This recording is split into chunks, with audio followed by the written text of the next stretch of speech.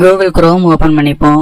Chrome இல்லை browser ஏதாவது ஒரு ஓப்பன் பண்ணிவிட்டு அதில் SSCGOV அதான் அதோட அஃபிஷியல் வெப்சைட் ssc.gov.in இதுதான் அதோட அஃபிஷியல் வெப்சைட். இதுக்கு முன்னாடி பார்த்தீங்கன்னா ssc.nic இருந்தது. இப்போ லாஸ்ட் 2 இயர்ஸாக இந்த ஒரே வெப்சைட்டு தான் இருக்குது. மேலே பார்த்தீங்கன்னா தெரியும் SSC வேர்ல்டு வெப்சைட் இருக்கும். இப்போ நம்ம இதில் லாகினாக ரெஜிஸ்டருங்கிறத கிளிக் பண்ணிக்கலாம். நம்மகிட்ட ஆல்ரெடி ரெஜிஸ்ட்ரேஷன் நம்பரும் பாஸ்வேர்டும் இல்லை. So sign up register now முதல்ல இருந்து நம்ம பண்ண போகிறோங்கிறனால ரிஜிஸ்டர் நவ்.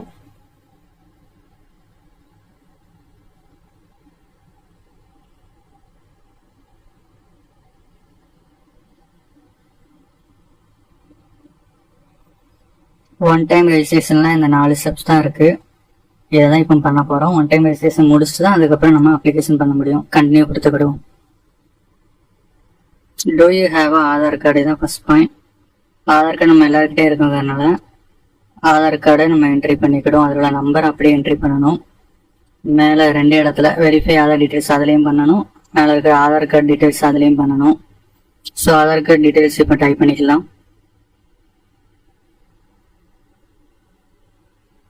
பண்ணியாச்சு. இந்த டிக் மார்க் கொடுக்கணும் வெரிஃபிகேஷனுக்கு. இதில் சென்ட் ஓடிபிங்கிறத நம்ம கிளிக் பண்ணோன்னா ஓடிபி வரும். திரும்ப ஓடிபி கொடுத்து நம்ம வெரிஃபை பண்ணணும். வெரிஃபை ஓடிபி இப்போ ஓடிபி வரவும் கொடுத்ததுக்கப்புறம் வெரிஃபை ஓடிபி கொடுத்துக்கலாம். ஓகே, எடுத்து நம்ம 10th மார்க் ஷீட்டில் இருக்கிற மாதிரி நம்மளோட நேம் எழுதணும். முருகன். எஸ். வெரிஃபை கேண்டிடேட் நேம்லேயும் அதே தான் முருகன். எஸ். நேம் இதுக்கு முன்னாடி சேஞ்ச் பண்ணியிருந்தா எஸ் கொடுத்து அந்த கெஸ்டட் ஆஃபீஸில் நம்ம வாங்கியிருக்கோம் அந்த கரெக்ட் நேமை எஸ் கொடுத்து பண்ணலாம். இது வரைக்கும் நம்ம சேஞ்சே பண்ணலாம்னா நோ கொடுத்துட்டு அடுத்த ஸ்டெப் வந்துக்கலாம். Gender mail. Verify gender mail கொடுத்தாச்சு. நம்மளோட டேட் ஆஃப் பர்த் நம்ம 10th மார்க் ஷீட்டில் ஆதார் கார்டில் நம்ம எல்லா இடத்துலையும் சர்டிஃபிகேட்ஸில் என்ன யூஸ் பண்ணுறோமோ அதே டேட் ஆஃப் பர்த் தான்.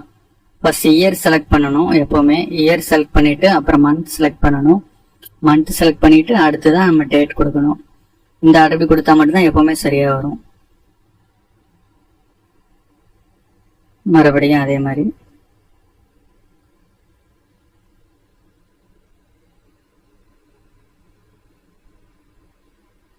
Father's name Santharaj.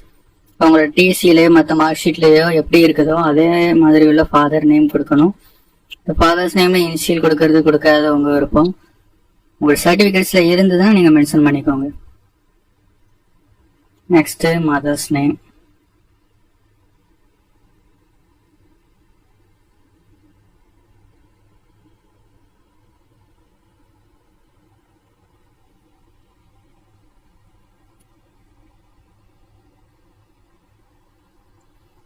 Matriculation board. நம்ம தமிழ்நாடு ஸ்டேட் போர்டு வருவோம். ஸோ தமிழ்நாடு போர்டு ஆஃப்னு சொல்லி எதாவது இருக்குதான்னு செக் பண்ணுவோம்.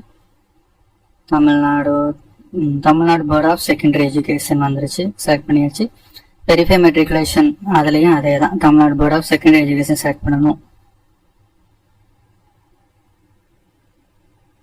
அதையும் செலக்ட் பண்ணிட்டோம். 10th மார்க் ஷீட்டில் நமக்கு என்ன ரோல் நம்பர் இருக்கோ அதை இங்கே கொடுத்துக்கலாம். வெரிஃபை ரோல் நம்பர்லேயும் அதே கொடுத்துக்கிடுவோம். 10th எந்த வருஷம் முடிச்சோமோ இயர் ஆஃப் பாசிங் அதில் மென்ஷன் பண்ணிக்கிடுவோம். ஒன் டைம் ரெஜிஸ்ட்ரேஷனில் எப்போவுமே ஸ்டார்டிங்கில் நம்மளோட 10th டீட்டெயில்ஸ் மட்டும்தான் கொடுக்கணும். அப்ளிகேஷனில் தான் என்ன குவாலிஃபிகேஷன் இருக்குதோ அதை பொறுத்து 12th டிகிரியா அதை எப்போ முடிச்சோமோ அதை கொடுத்துக்கிடுவோம். இப்போ ஒன் டைம் ரெஜிஸ்ட்ரேஷனில் நம்ம 10th டீட்டெயில்ஸ் மட்டும்தான் ஃபில் பண்ணுறோம். ஹையஸ்ட் லெவல் ஆஃப் எஜுகேஷன் என்ன முடிச்சிருக்கோமோ அதை கொடுத்துக்கலாம்.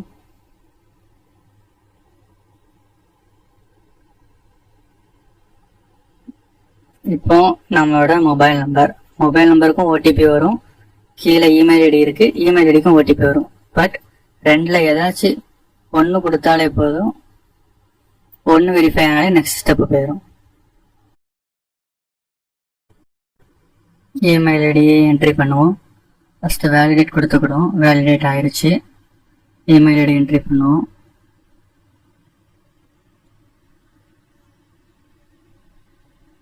ஓகே, இமெயில் ஐடியை வேலிடேட் பண்ணதுக்கப்புறம் இப்போ சேவ் அண்ட் நெக்ஸ்ட். அதுக்கு முன்னாடி மேலே நீங்கள் ஸ்க்ரோல் பண்ணி எல்லா டீட்டெயிலும் கரெக்டாக இருக்கான்னு கொஞ்சம் செக் பண்ணிக்கோங்க.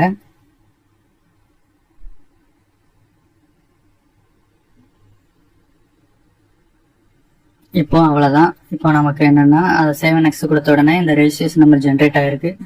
நம்மளோட மெயிலுக்கும் நம்மளோட ஃபோன் நம்பருக்கும் இந்த ரெஜிஸ்ட்ரேஷன் நம்பரும் அதோட பாஸ்வேர்டும் அனுப்பியிருப்பாங்க. பாஸ்வேர்டு பார்த்தீங்கன்னா ஃபுல்லாக நம்பர்ஸாக தான் இருக்கும். இப்போ நம்ம புது பாஸ்வேர்டு கிரியேட் பண்ணணும். இப்போ ஓல்டு பாஸ்வேர்டு நமக்கு அனுப்பி விட்டுருக்கிற அந்த பாஸ்வேர்டு இதில் என்ட்ரி பண்ணிக்கிடணும். கீழே ஓல்டு பாஸ்வேர்டுக்கு இடத்துல அவங்க அனுப்பி விட்ட அந்த டிஜிட் நம்பர்ஸ் கொடுத்துக்கிடுவோம். இந்த இடத்துல டைப் பண்ணிக்கலாம். நெக்ஸ்ட் நியூ பாஸ்வேர்டு, அதான் நம்ம கிரியேட் பண்ண போகிற பாஸ்வேர்டு. அது 8 டிஜிட்ல இருக்கணும். நமக்கு பாஸ்வேர்டு எப்படி கிரியேட் பண்ண தெரியலனா இந்த இன்ஸ்ட்ரக்ஷன் ஃபாலோ பண்ணிக்கலாம். மோஸ்ட்லி எல்லாருக்கும் தெரிஞ்சிருக்கும். ஃபர்ஸ்ட் லெட்டர் வந்து அப்பர் கேஸ், அப்புறம் பேலன்ஸ் லோவர் கேஸ் கொடுத்துட்டு ஒரு ஆஸ்ட்ரிக்ஸ் ஆர் அட் அந்த மாதிரி ஒரு ஸ்பெஷல் கேரக்டர் யூஸ் பண்ணணும். அது போக நம்பர்ஸும் யூஸ் பண்ணணும். நம்பர் நீங்கள் உங்களோட பர்த் இயர் ஏதாவது யூஸ் பண்ணிக்கலாம். அப்படிங்கப்போ மோஸ்ட்லி ஈஸியான ஃபார்மேட் என்னன்னா உங்களோட நேம், அது போக ஒரு ஸ்பெஷல் கேரக்டருக்கு அந்த அட்டு போட்டு அது போக உங்க பர்த் இயர் யூஸ் பண்ணிக்கோங்க. இந்த பாஸ்வேர்டு மோஸ்ட்லி மறக்காது. எல்லா எக்ஸாமுக்கும் யூஸ் பண்ணி பாருங்க. இப்போ செல்வகுமார் 2000 பிறந்திருக்காருன்னா செல்வம் at 2000 அந்த மாதிரி நீங்க போட்டுக்கோங்க. இப்போ ஓல்டு பாஸ்வேர்டு அதில் டைப் பண்ணிட்டோம், நியூ பாஸ்வேர்டும் கொடுத்துட்டோம். அதுக்கு கீழே வெரிஃபை பாஸ்வேர்டுன்னு இருக்கும். இப்போ அந்த இடத்துல நியூ பாஸ்வேர்டு நம்ம என்ன டைப் பண்ணமோ அதை இங்கே டைப் பண்ணணும்.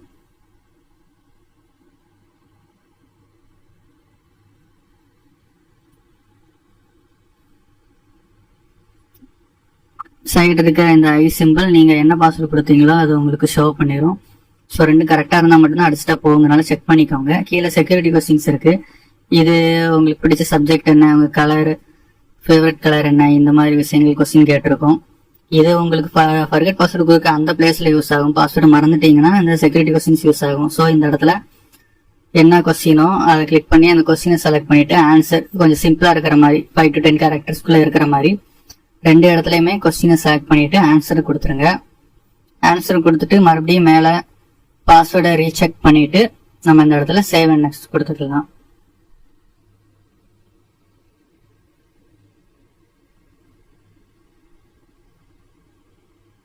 எல்லாம் கரெக்டாக இருக்குது. சேவ் அண்ட் நெக்ஸ்ட் கொடுத்துக்கிறோம். அந்த பேஜ் லோட் ஆனதுக்கு அப்புறம் அடுத்து செகண்ட் பேஜ் இது வரும்.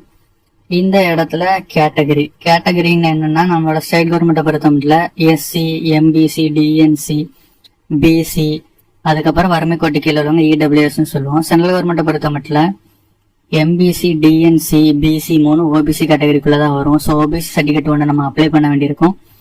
ஸோ இந்த இடத்துல நம்ம பிசியா இருந்தால் ஓபிசி செலக்ட் பண்ணிக்கலாம்.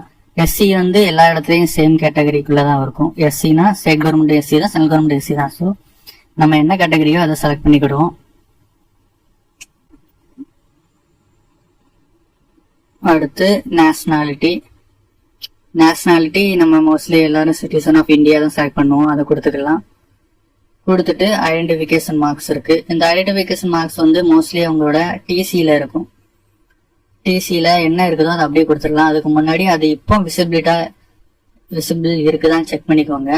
இப்போ விசிபிளா இருந்ததுன்னா அதை கொடுத்துக்கோங்க. இல்லைன்னா என்ன விசிபிளா இருக்குதோ அதை கொடுத்துக்கோங்க. அது உங்களோட நெக்ல இருக்கிற ஒரு மச்சமா இருக்கலாம், ஃபேஸ்ல இருக்கிறது, கையில இருக்கிறது, மோஸ்ட்லி ஈஸியா பார்க்கக்கூடியதை நீங்க கொடுங்க.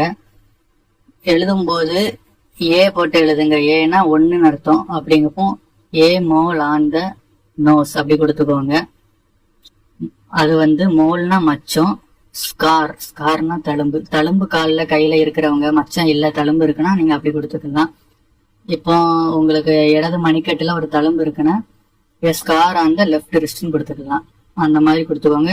ஐடென்டிஃபிகேஷன் மார்க்ஸ் இருக்கு. ஸோ நீங்க குறைஞ்சது 2 கொடுத்துக்கலாம். 1 தான் இருக்கிறதுனாலும் பரவாயில்ல, அந்த 1 நீங்க கொடுத்துக்கோங்க. ஏ மோல் ஆன் த நோஸ் அந்த மாதிரி கூட நீங்க கொடுத்துக்கலாம்.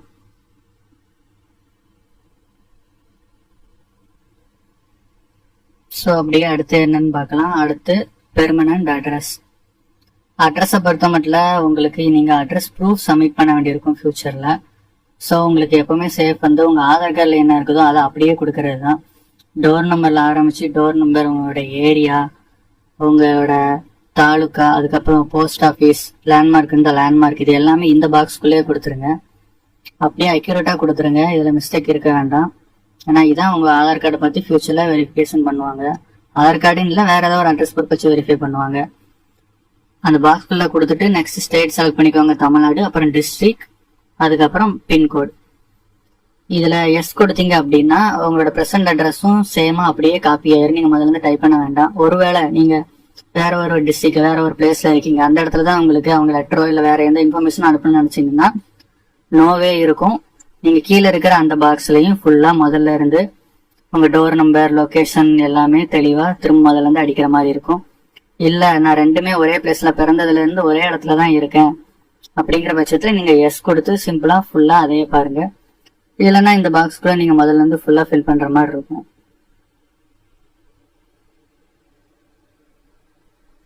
ஓகே, இப்போ அட்ரஸும் பார்த்தாச்சு. சேவ் அண்ட் நெக்ஸ்ட் கொடுத்துக்கோங்க. சேவ் அண்ட் நெக்ஸ்ட் கொடுத்துட்டோம்னா இந்த இடத்துல டிக்ளரேஷன் இருக்கும். மேலே கொடுத்தது எல்லாம் சரியா அந்த மாதிரி டிக்ளரேஷன் கொடுத்துருக்கும். இதுல ஏதாவது மிஸ்டேக் பண்ணியிருந்தோன்னா என்னோட அப்பாயின்மெண்ட்டை கூட நீங்க கேன்சல் பண்ணிக்கலாம். நீங்க உறுதிமொழி கொடுக்குற மாதிரி ஒரு டிக்ளரேஷன் இருக்கும். இந்த இடத்துல கீழே பாத்தீங்கன்னா அக்ரின்னு இருக்கும், அதை டிக் பண்ணிக்கோங்க. அதை டிக் பண்ணிட்டு ப்ரிவியூ ஓடிஆர், அதாவது ஒன் டைம் ரெஜிஸ்ட்ரேஷன் இருக்கும். அதுல பாத்தீங்கன்னா நீங்க கொடுத்த என்டையர் டீடைல்ஸ் வரும். Candidate name, category, date of birth, father's name, mother's name, உங்களோட 10th டீடைல்ஸ், இந்த மாதிரி entire detail one time registration so far நம்ம கொடுத்தது ஃபுல்லா வரும். அதை செக் பண்ணிட்டு இந்த டிக்ளேருங்கிறத கிளிக் பண்ணுங்க. டிக்ளேர் கிளிக் பண்ணீங்கன்னா உங்களுக்கு ஒன் டைம் ரெஜிஸ்ட்ரேஷன் கம்ப்ளீட் ஆயிடுன்னு அர்த்தம். இதுக்கு அப்புறம் தான் நம்ம அப்ளிகேஷனுக்குள்ள போகிறோம். இப்போ நமக்கு தெரிஞ்ச நமக்கு கடைசியா அவங்க அனுப்பி விட்டுருக்கிற அந்த ரெஜிஸ்ட்ரேஷன் நம்பர் பாஸ்வேர்டு கொடுத்து லாகின் பண்றோம். இந்த இடத்துல அப்ளைங்கிறத கிளிக் பண்ணோம்னா நம்ம ஆல்ரெடி பண்ணிக்கிட்டு இருக்கிறனால மை அப்ளிகேஷன்ஸ் கிளிக் பண்ண சொல்லுது. மை அப்ளிகேஷன்ஸ் கிளிக் பண்றோம். கிளிக் பண்ண உடனே கண்டினியூ கொடுக்கணும். ஓகே, இந்த இடத்துல எக்ஸ் சர்வீஸ் மேனான்னு கேட்டிருக்கு. எக்ஸ் சர்வீஸ் மேனா இருந்தா நீங்க ஜாயின் டேட்டு, அது போக லீவ் பண்ண டேட்டு, சர்டிபிகேட் நம்பர் எல்லாம் கொடுத்துக்கோங்க. சென்ட்ரல் கவர்மெண்ட் எம்ப்ளாயா இருந்தா எந்த டிபார்ட்மெண்ட்ல ஒர்க் பண்றீங்க அந்த டீடைல்ஸ் கொடுத்துக்கோங்க. இந்த இடத்துல ரெண்டுமே நம்ம நோங்கிறனால நோ கொடுத்துக்கிடுறோம். அவ்வளவுதான் இந்த ஸ்டெப்பு. இதுக்கப்புறம் அடுத்து சேவ் அண்ட் நெக்ஸ்ட் கொடுத்தா நெக்ஸ்ட் ஸ்டெப்பு. இது ஒரு இம்பார்ட்டன்டான பேஜ். இதுல என்னன்னா நம்ம எந்த இடத்துல எக்ஸாம் எழுத போறோமோ அதோட ப்ரிஃபரன்ஸ் கொடுக்கணும். மோஸ்ட்லி இதுல நம்ம ப்ரிஃபரன்ஸ் 1 இருக்கிற அந்த பிளேஸ்ல நமக்கு எந்த ஏரியா செலக்ட் பண்றோமோ, அதாவது டிஸ்ட்ரிக்ட் மட்டும்தான் இருக்கும். Central region, eastern region, northern region, இந்தியாவில் இருக்கிற ஒவ்வொரு பிளேஸா பிரிச்சிருப்பாங்க. நமக்கு எக்ஸாம் சென்டர் வந்து நம்ம தமிழ்நாட்டில் இருக்கிறனால மோஸ்ட் சதர்ன் ரீஜன் தான் சூஸ் பண்ணணும். சதர்ன் ரீஜன்ல பாத்தீங்கன்னா கேரளா, கர்நாடகா, தமிழ்நாடு, தெலுங்கானா இந்த மாதிரியான பிளேசஸ் இருக்கும். நம்ம எந்த டிஸ்ட்ரிக்டோ அந்த டிஸ்ட்ரிக்ட ஃபர்ஸ்ட் ப்ரிஃபரன்ஸ் கொடுத்துக்கலாம். அது இல்லை அப்படின்னா நம்ம டிஸ்ட்ரிக்ட் கிட்ட இருக்கிற டிஸ்ட்ரிக்ட ஃபர்ஸ்ட் ப்ரிஃபரன்ஸா கொடுத்துக்கலாம். இதுல பாத்தீங்கன்னா நம்ம சதர்ன் ரீஜியன் தான். சதர்ன் ரீஜன்ல நம்ம சென்னை. ஸோ இந்த இடத்துல எஸ்ஆர்ங்கிறதுக்கு அப்புறம் சென்னை எது இருக்கோ சென்னை சூஸ் பண்ணிக்கிடும். இது ஃபர்ஸ்ட் ப்ரிஃபரன்ஸ் சென்னை. அடுத்து சென்னைக்கு அப்புறம் நமக்கு எது இருந்தா நல்லா இருக்குன்னு யோசிக்கோமோ அதை நம்ம அதே எஸ்ஆர் ரீஜன்ல தான் செலக்ட் பண்ணணும். எஸ்ஆர்ல சென்னைக்கு அடுத்து நம்ம என்ன பண்ணலாம், சென்னை கிட்டன்னா நம்ம யோசிச்சு வேலூர் இருக்கு. ஸோ அப்போ நம்ம வேணா வேலூர் கொடுத்துக்கிறோம். தேர்ட் ப்ரிஃபரன்ஸ் வேலூருக்கு அப்புறம் எந்த பிளேஸ் கொடுக்கும்னு நினைக்குமோ, ஏதாவது ஃபேமஸான பிளேஸ், ஏதோ ஒரு பிளேஸ். இப்போ கோயம்புத்தூர் கொடுக்கும்னு நினைக்கும். தேர்ட் ப்ரிஃபரன்ஸ் தான் கோயம்புத்தூர் கொடுத்துக்கலாம். அது நம்ம விருப்பம் தான். ஆனா ப்ரிஃபரன்ஸ் 1 95% அவங்க கொடுத்துருவாங்க. ஸோ 2, 3 நினைச்சு நீங்க ஒரி பண்ண வேண்டாம். அது லாங்கஸ்ட் பிளேஸா இருந்தா கூட ஃபர்ஸ்ட் ப்ரிஃபரன்ஸா இருக்கிற பிளேஸ் உங்களுக்கு கொடுத்துருவாங்க. அதனால நீங்க எதனாலும் சூஸ் பண்ணிக்கலாம். ஆனா கண்டிப்பா நீங்க சூஸ் பண்ணா மட்டும்தான் நெக்ஸ்ட் ஸ்டெப் போகும். அப்படிங்கறனால நம்ம கொடுத்துக்கிடுறோம். மேல அந்த டிசபிலிட்டிஸ் பத்தி எல்லாம் கொடுத்துருக்காங்க. நம்ம ஃபர்ஸ்ட் ஒன் டைம்லயே நோ கொடுத்துட்டோங்கிறனால அது அப்படியே டிஃபால்ட்டா நோலே இருக்கும், கிளிக் பண்ண முடியாது. பிசிக்கல் லிமிடேஷன்ஸ்னா ஒருவேளை நம்ம ஆல்ரெடி டிசபிலிட்டி இருக்குன்னு சொல்லியிருந்தோம்ல, 1-2 பேர் எழுத கூட முடியாம இருப்பாங்க. அவங்களுக்காக எக்ஸ்ட்ரா டைம், அதுப்போ அவங்களுக்காக யாராவது எக்ஸாம் அட்டன் பண்ணுவாங்க. அந்த டைம் நம்ம சர்டிபிகேட் கொடுத்து ஹெல்ப் பண்ற மாதிரி இருக்கும். நம்ம இதுக்கு முன்னாடி நோ தான் கொடுத்தோங்கிறனால இதுலயும் நோவே கொடுத்துக்கிறோம். இது medium of computer based exam. இதுல ஹிந்தி, இங்கிலீஷ் மட்டும் தான் இப்ப அவைலபிள் இருக்கு. மற்ற எம்டிஎஸ் எல்லாம் தனித்தனியா நோட்டிபிகேஷன் நீங்க வரும்போது பாத்தீங்கன்னா அதுல தமிழ் இருக்கும். பட் இதுல இங்கிலீஷ் மட்டும்தான் இருக்கு. இங்கிலீஷும் ஹிந்தியும் நம்ம அட்டன் பண்ண போறது இல்லை. ஸோ இங்கிலீஷ் செலக்ட் பண்ணிருக்கோம். இந்த எக்ஸாம் ப்ரிஃபரன்ஸ்லாம் அதோட மறுபடியும் பார்த்துக்கோங்க. சேஞ்ச் பண்ண இந்த இடத்துல சேஞ்ச் பண்ணிக்கோங்க. ஏன்னா அப்ளிகேஷன் சப்மிட் பண்ணதுக்கு அப்புறம் சேஞ்ச் பண்ண முடியாது. செக் பண்ண பிறகு இப்ப நம்ம சேவ் நெக்ஸ்ட் கொடுத்துக்கலாம். இப்போ அடுத்து ரொம்ப ரொம்ப முக்கியமான பிளேஸ்க்கு வந்துட்டோம். இது செலக்ஷன் போஸ்ட்ங்கிறனால நம்மளே நமக்கு எந்த இடத்துல வேலை வேணுங்கிறத செலக்ட் பண்ணிக்கலாம். எனக்கு சதர்ன் ரீஜன்ல மட்டும்தான் வேணும் அப்படின்னா சதர்ன் ரீஜன் செலக்ட் பண்ணிப்போம். அதுலயும் இவங்க ஸ்பெசிபிக்கா நோட்டிபிகேஷன்ல போஸ்டல் கோடு கொடுத்து வேகன்சி எத்தனைன்னு கொடுத்து அதோட குவாலிஃபிகேஷனும் அவங்க நோட்டிபிகேஷன்ல கொடுத்துருந்தாங்க. ஸோ நோட்டிஃபிகேஷன் நான் இங்கே லிங்க்ல டிஸ்கிரிப்ஷனில் கொடுத்துருப்பேன், நீங்கள் அதை யூஸ் பண்ணி வியூ பண்ணிக்கோங்க. இப்போ எக்ஸாக்டாக உங்களுக்கு எக்ஸாமுக்கு சொல்லுறதுக்காக நான் இதில் ஒவ்வொன்றா கொஞ்சம் நான் வியூ பண்ணி காமிக்கேன். சதர்ன் ரீஜனில் மட்டும் பார்த்தீங்கன்னா 144 வேகன்சிஸ் கொடுத்துருக்காங்க. இப்போ நான் அதில் ஏதாவது ஒன்று சூஸ் பண்ணி அதை எப்படி நம்ம ஆட் பண்ணலாங்கிறத பார்ப்போம். நான் இதில் ஒன்று இப்போ சூஸ் பண்ணிக்கிடுறேன்.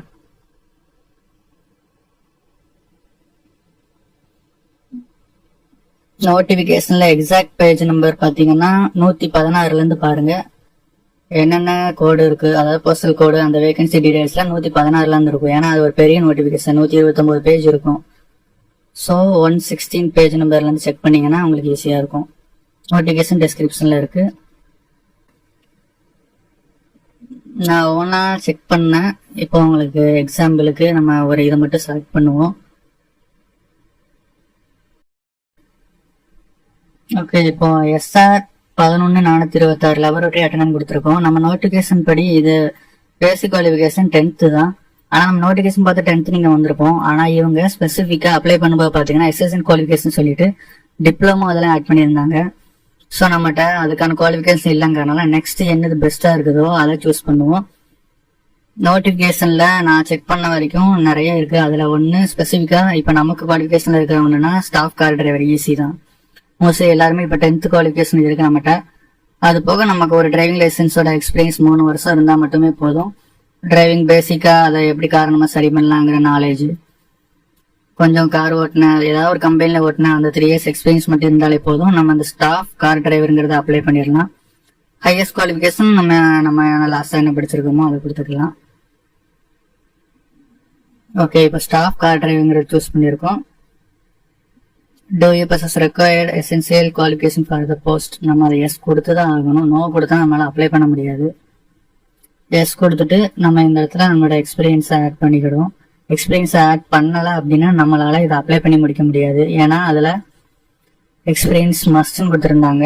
3 years கண்டிப்பாக கொடுத்தாகணும். பீரியட் ஆஃப் சர்வீஸ் ஃப்ரம்னு இருக்கிற இடத்துல கண்டிப்பாக நம்ம 2023க்கு முன்னாடி உள்ளது கொடுத்தா மட்டும்தான் 3 years வரும். ஸோ 2023க்கு முன்னாடி இருந்து நீங்கள் கார் ஓட்டிக்கிட்டு இருக்கீங்க, ஒரு கம்பெனியில் ஓட்டிக்கிட்டு இருக்கீங்க, உங்களுக்கு பேசிக் நாலேஜ் காரை பற்றி இருக்குது, அதை சர்வீஸ் பண்ணுறதுலேருந்து சின்ன நாலேஜ் இருக்குது அப்படின்னா டெஃபினட்டாக நீங்கள் இதை அப்ளை பண்ணிக்கலாம்.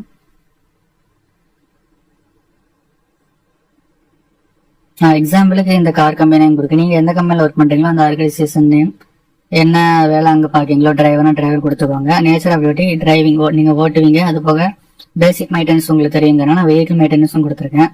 பீரியட் ஆஃப் சர்வீஸ் இப்போ நீங்கள் ஒர்க் பண்ணுறதுனால அதை நீங்கள் செலக்ட் பண்ணிக்கலாம்.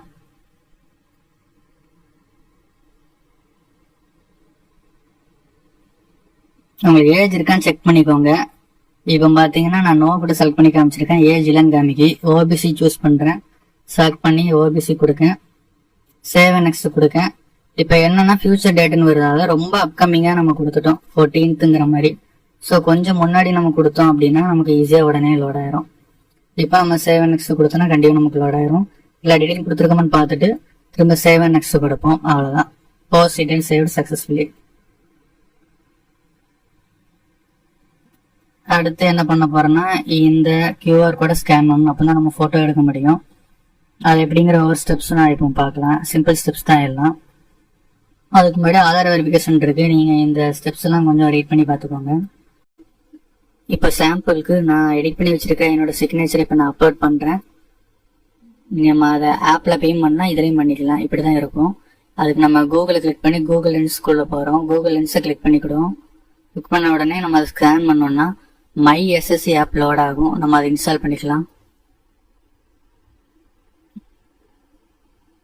ஆப் இன்ஸ்டால் பண்ணதுக்கப்புறம் மேலே பார்த்தீங்கன்னா லாகின் ரெஜிஸ்டர் இருக்கும்.